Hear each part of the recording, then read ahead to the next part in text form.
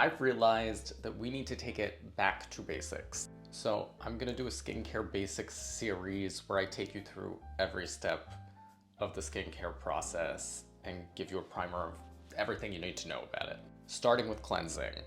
I'm gonna walk you through why it's important, tips and tricks, and products I like. Cleansing basically removes excess oil, any dirt, gunk from throughout the day, makeup, skincare products, etc., and just kind of gives you that clean canvas to put other skincare products on. How often should we be cleansing? Minimum once per day, maximum twice per day for the majority of people. People with sensitive or very dry skin may feel that their skin feels better if they're just cleansing once per day. Other people may feel like their skin is better if they cleanse twice. Either one is fine.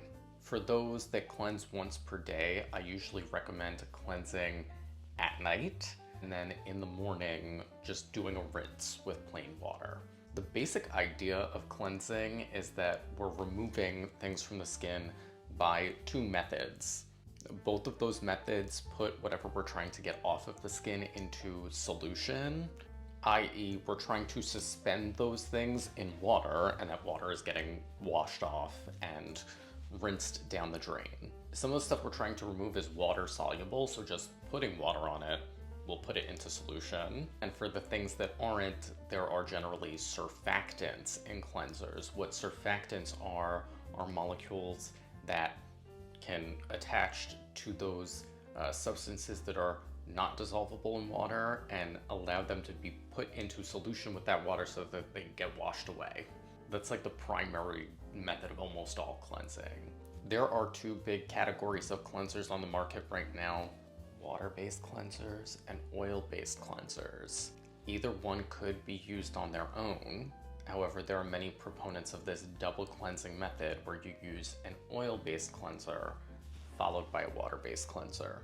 The idea of using an oil-based cleanser like a cleansing oil or a cleansing balm first is that it should allow more breakdown of oil-soluble substances, so things that are not readily dissolvable in water. Do I think that it is absolutely necessary? No, because like I said before, water-based cleansers are designed to dissolve those non-dissolvable things. However, some people find that double cleanse method works really well for them, especially for makeup removal, and it has been shown in one very small study that oil-based cleansing may be better at removing water-resistant sunscreen, so we might be able to extrapolate that to water-resistant products in general. Bottom line, not everybody has to double cleanse. If somebody feels like it works for them and it works well for their skin, that's great. The number one way we use the cleanser is according to instructions. In general, oil-based cleansers will go on dry skin.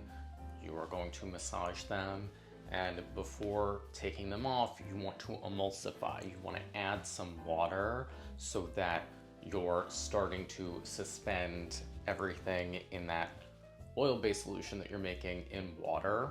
In general, water-based cleansers are applied to wet skin.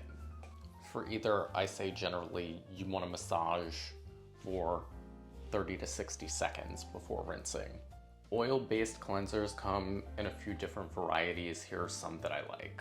Bioderma Sensibio Micellar Cleansing Oil. Very nice, standard, gentle cleansing oil.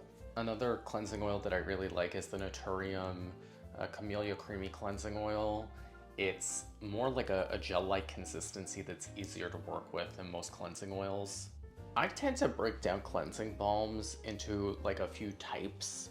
The first type is what I call sorbet-like, so that's this CeraVe cleansing balm. When you dig your finger into it, little pieces come up, right? And then you're gonna rub them between your hands to melt it down and then apply. Another one that I really like is the Glow Recipe Cleansing Balm. That's very sorbet-like too. Next are what I call gel-like. So these have a little bit of a more soft feel to them. You look at that, it looks basically like a true balm, like a Vaseline or something. So the Elemis cleansing balm is like a classic. It is very expensive, and I found the Bioma cleansing balm has one of those similar textures too, at a fraction of the price. There are other cleansing balms that are somewhat in between, like it feels, I guess, like a true balm. Like it's not going to fragment when you stick your finger in it, but at the same time it's not soft. So this is the Skin Rocks, the cleansing balm. Good example of that. When it comes to water-based cleansers, I feel like people's skin type is going to play a little bit more into it, because I found that oil-based cleansers overall tend to be non-stripping. With water-based cleanser, that is not the case. A lot of people have this idea in their head that like the more a cleanser foams, the harsher it is, and that's based on outdated ideas about surfactants. So you're able to get a gel cleanser that can foam up really nicely and is still really gentle. For people on the drier side, some that I like is the CeraVe Hydrating Cleanser. That's like the ultimate dry skin cleanser for people who are dry. Another one that I like is the Cetaphil Gentle Skin Cleanser. And my holy grail cleanser is the La Roche-Posay Toleriane Hydrating Cleanser. This is good for dry skin, but also good for people with more normal skin. As we're getting more towards like dry to normal, Neutrogena Hydro Boost Hydrating Gel Cleanser. This is one of those super gentle cleansers that gives you a really satisfying foam and will not dry you out. And then also this new number 7 Derm Solutions Dry and Sensitive Hydrating Cream Cleanser is another nice one. As we're getting more like normal to oily, I like CeraVe's Hydrating Cream to Foam Cleanser. I think that this is very non-stripping and does foam nicely too. And then for people with oily skin, I really like La Roche-Posay's Toleriane Purifying Foaming Cleanser. For people with really oily skin, the CeraVe Foaming Cleanser is really nice.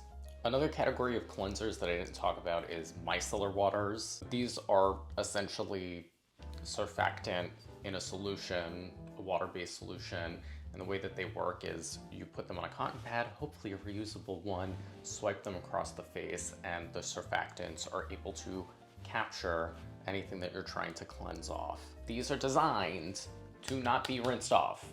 People don't get that for some reason. They're designed to be gentle enough to just be able to swipe them across the skin. Some people really like these as like a pre-makeup removal step, which is great.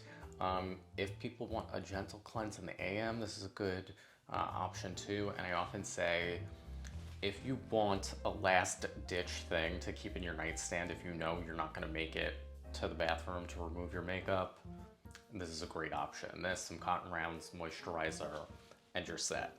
There are other classes of cleansers that have like actives in them or that are exfoliants. I'm going to cover them in other parts of the series.